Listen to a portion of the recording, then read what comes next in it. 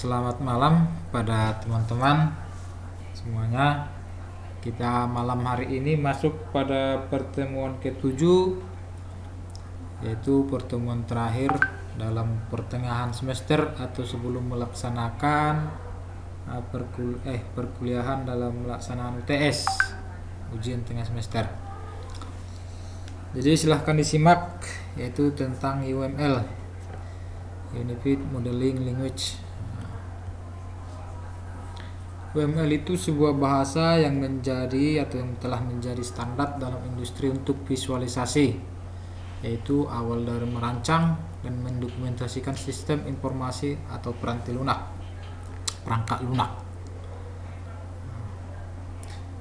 Jadi UML itu sering digunakan dalam perancangan pembuatan aplikasi perangkat lunak, yaitu mulai dari tahap awal sampai dengan tahap akhir.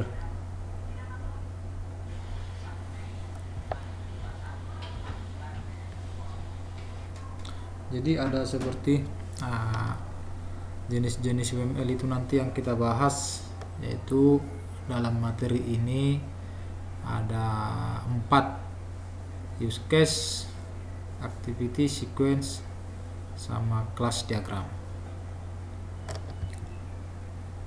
Di dalam materi itu nanti ada contoh-contoh desain. Ya, kalau mungkin saya jelaskan semuanya tidak begitu mencukupi waktunya, namun cukup satu-satu nanti saya jelaskan. Dalam UML itu ada diturunkan dari 3 notasi yang telah ada sebelumnya, Gray, Watch atau Object Oriented Design, sampai seterusnya. Ini ada yang 3 tadi, OOD, OMT, OSE. Bisa kita langsung seperti ini.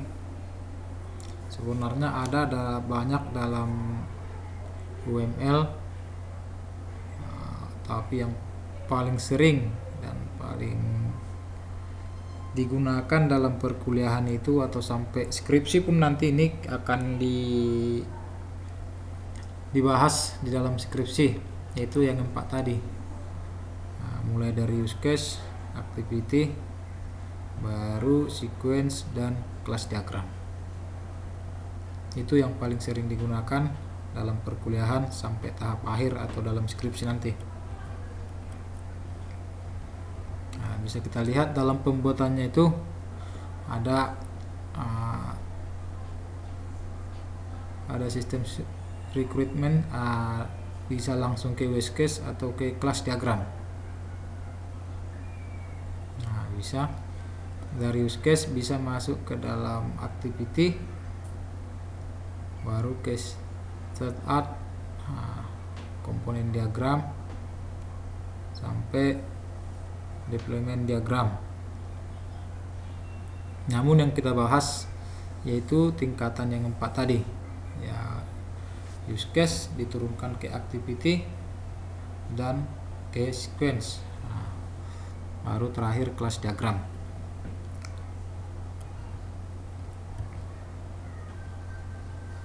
Jadi use case itu menggambarkan fungsionalitas yang diharapkan dari sebuah sistem. Yang ditekankan itu adalah apa yang diperbuat sistem dan bukan bagaimana. Apa yang diperbuat di dalam sistem dan bukan bagaimana. Ada di sana tanda kutip apa dan bagaimana. Apa yang bisa dilakukan, gambaran umum dari sistem tersebut. Kita lihat contoh rancangan. Seperti ini. Ada aktor. Jadi penjelasan ini nanti semuanya ada. Aktor itu ya yang bisa berhubungan langsung dengan sistem tersebut.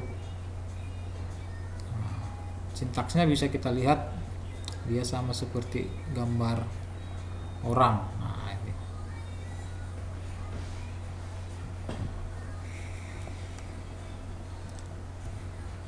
Jadi banyak sintaks di dalam use case. Ada panah, garis panah putus-putus.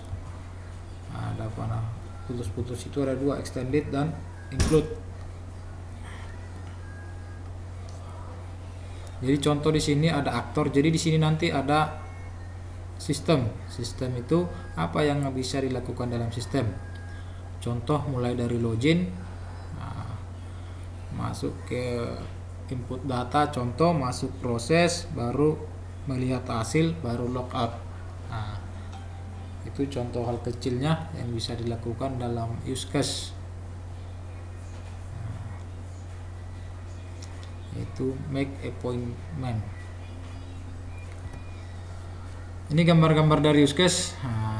Contoh dari include tadi yang ada putus-putus itu seperti ini.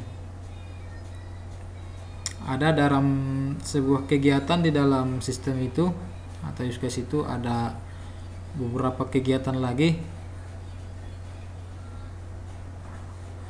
Lihat ya apa ini, kursor saya ada menunjukkan garis-garis panah.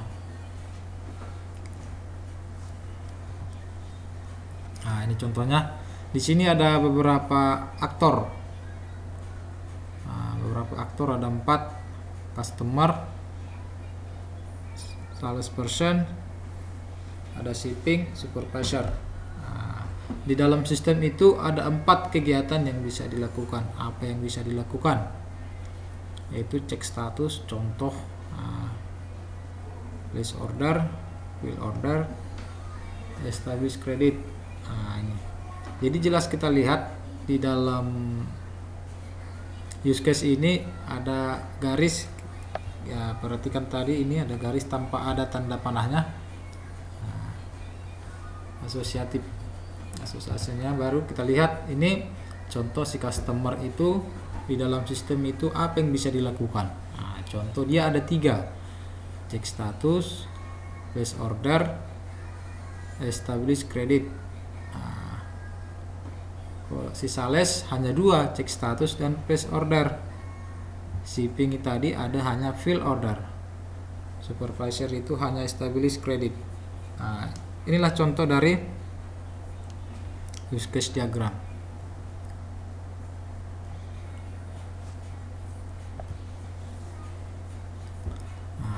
Lalu yang selanjutnya ada 3 aktor. Kita lihat registration, ada student, ada finance officer.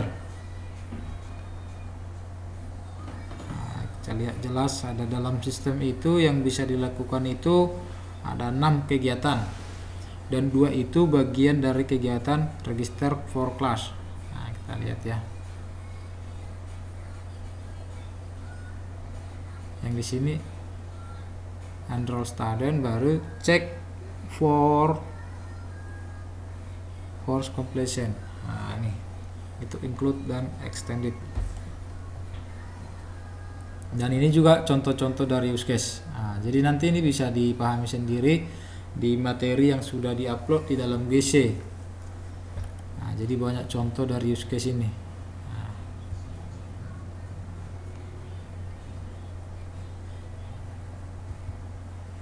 Baru selanjutnya masuk kita ke dalam kelas diagram.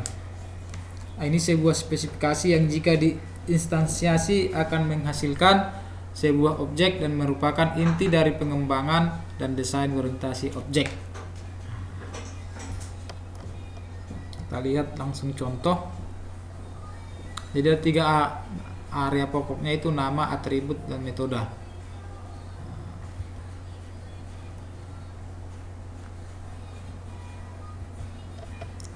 Kita lihat dia sama seperti ada hubungan setiap database diagram. Ini contoh kelas diagram yaitu studi kasus di ATM.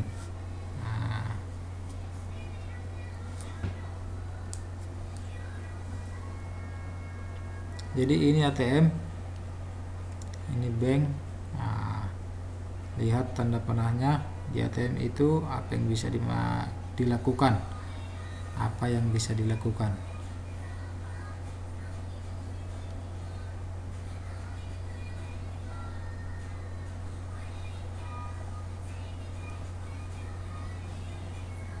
Baru dari ATM ada garis penghubung, yaitu mengeluarkan data transaksi.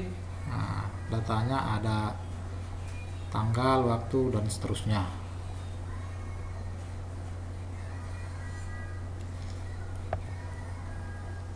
Baru ini contoh kelas diagram pembelian barang. Nah, mulai dari customer, yaitu yang dibutuhkan hanya nama dan alamat. Nah, jadi ini tergantung ya, kalau dibuat nanti kelas diagram pembelian barang bukan harus ini data yang ada dalam customer, ya tergantung kebutuhan. Baru data order, baru ada payment. Di dalam payment ada 3 yang bisa dilakukan, itu kredit, cash, atau hanya cek. Nah, ini contoh kelas diagram sistem akademik. Nah, bisa dipahami. Kalau ada yang bingung, silahkan ditanya di dalam grup WA atau Google Classroom. Nah, selanjutnya activity diagram. Nah, activity diagram ini yaitu semua aktivitas yang ada di dalam use case diagram itu harus dijelaskan dalam bentuk activity diagram, atau sama dengan dibuat sequence-nya dalam setiap aktivitas apa yang bisa dilakukan dalam use case. Jadi itu mungkin yang bisa saya jelaskan, sedikit penjelasan dari saya di pertemuan terakhir ini. Jadi sebagai kuis kita terakhir digambarkan, yaitu mulai dari dibuat nanti use case dari sistem perpustakaan, yaitu mulai dari peminjaman buku dan pengembalian buku. Peminjaman buku dan pengembalian buku, yaitu use case, activity, sequence, sama kelas diagram. Nah, itu kuisnya hari ini. Silakan dikirimkan sesuai tenggat waktu yang diberikan. Jadi silahkan gambar di dalam kertas dan fotokan. Fotonya harus nampak biar bisa nanti saya lihat apa yang dikerjakan. Oke, demikian yang bisa saya jelaskan untuk malam hari ini. Saya ucapkan terima kasih. Salam sehat. Sampai jumpa tatap muka untuk minggu-minggu atau pertemuan berikutnya. Terima kasih.